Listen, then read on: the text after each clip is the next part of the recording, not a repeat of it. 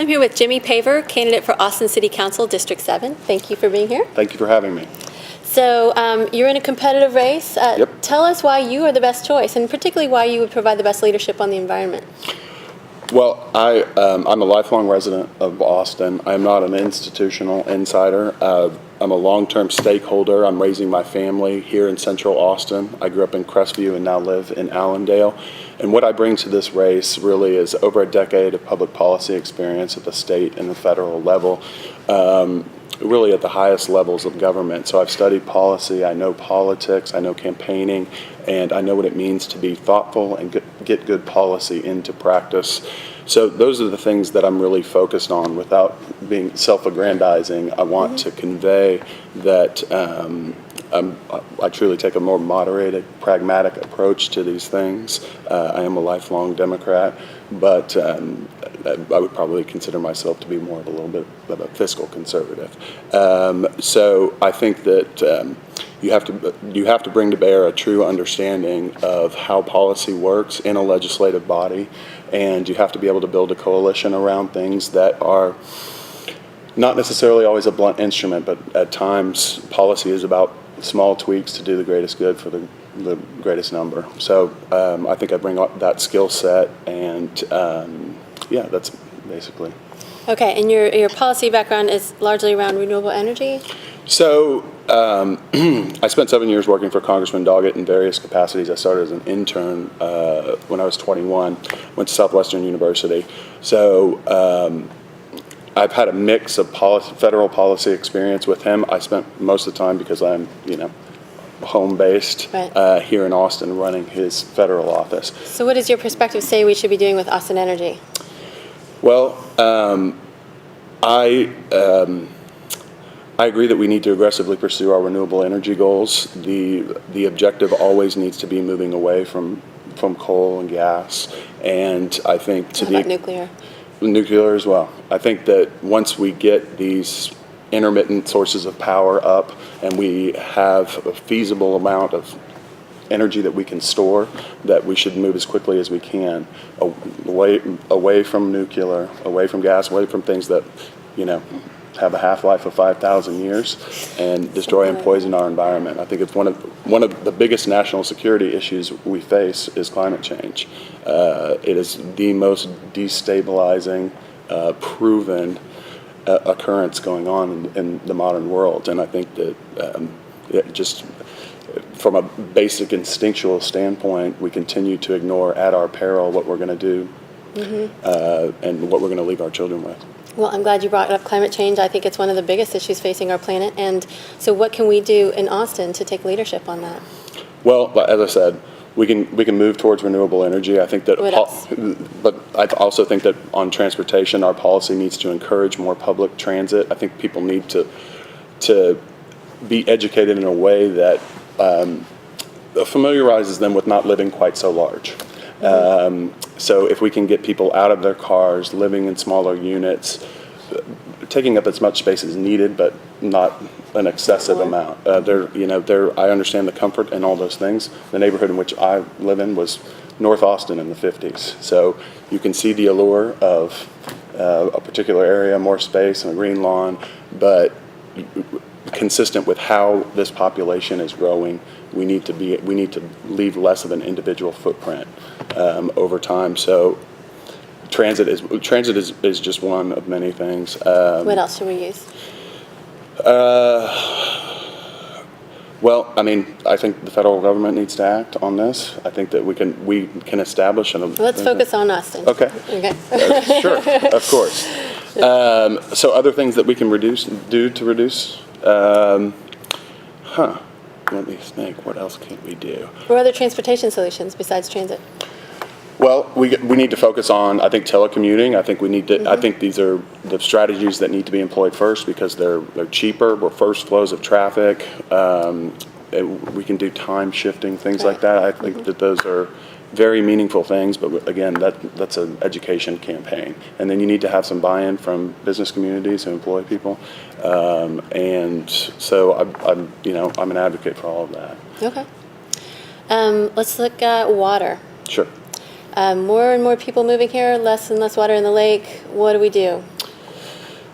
We have to encourage less usage. Austin's been very good about conserving water. As I said earlier, as much as people love their lawns, that's a big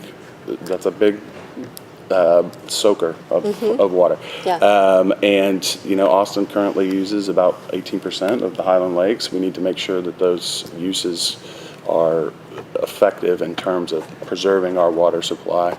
And I think you're going to hit some level of baseline scarcity where we're going to have to go out and probably make a deal for some more water in the near future if we don't try to sort of moderate our growth and then look to other existing sources. Look to buy from other basins? Yeah, probably. Are there other local strategies you would recommend? Not. I mean, I can tell you that I'm more of a novice on this issue, and so I don't have any baseline initiatives that I would think of at this point. Let's see. You talk about developing a conservation culture. What does that mean? How would you, as a council member, lead on that? A conservation culture. I think it goes back to the same idea we were just discussing, which is learn to live a little smaller, whether that's just smaller portions of consumption in all we do. But how do we lead other people to do that? How do we lead the way on that? I think that policy is sometimes about constraint, and so for instance, you can. I think you can push people away from transit by basically making things convenient enough for them to opt out of their baseline behavior.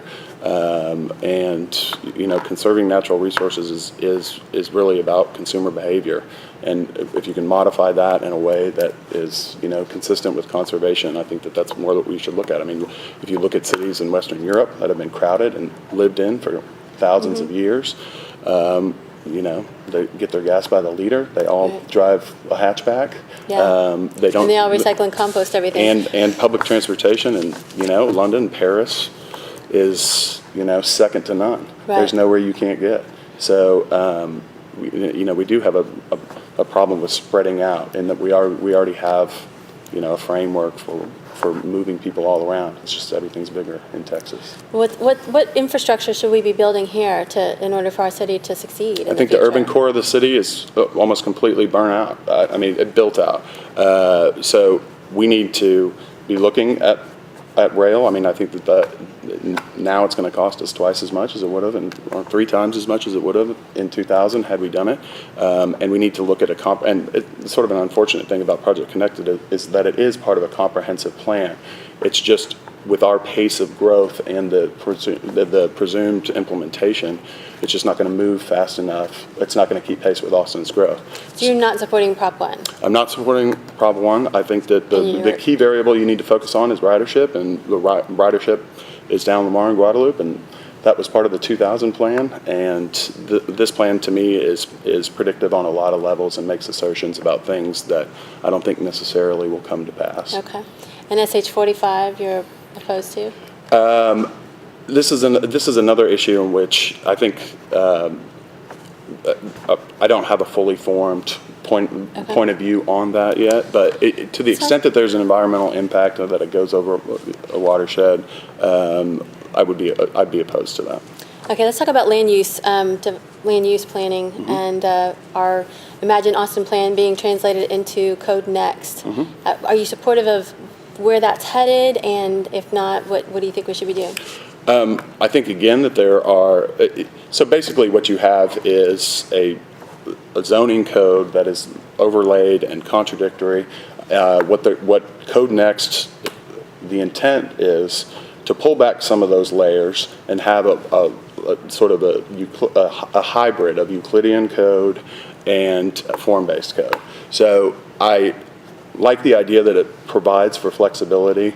I don't like the idea that it may change the character of neighborhoods who have established neighborhood plans and who have been consistent in their, in vocalizing their opposition to, change within their neighborhood. I think that we still have available land, and that we need to direct new development in a way that, again, conserves, moves people into into nodes where. And they you're can in move favor up. of density, right? That's I'm in favor of density. I think it will always be a free market.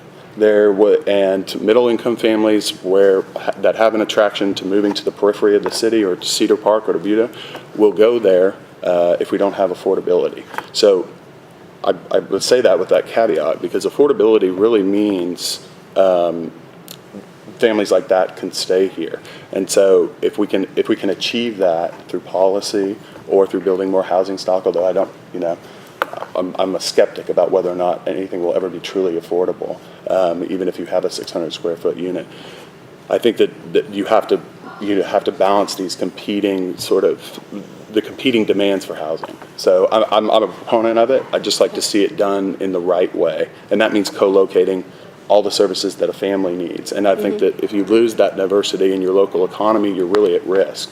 And what we're doing is we've got great growth patterns, but it's a transient workforce. It's, the median age is now 31 years old. So we need people who are invested in Austin and in the future who are willing to stay here. And so from a policy standpoint, if we make investments in things that attract and keep seniors, long-term residents, and families within the city, then I think that we'll have the best mix of what we can do here in Austin. All right. Well, thank you so much for being here. It was very nice talking with you. Thank you very much.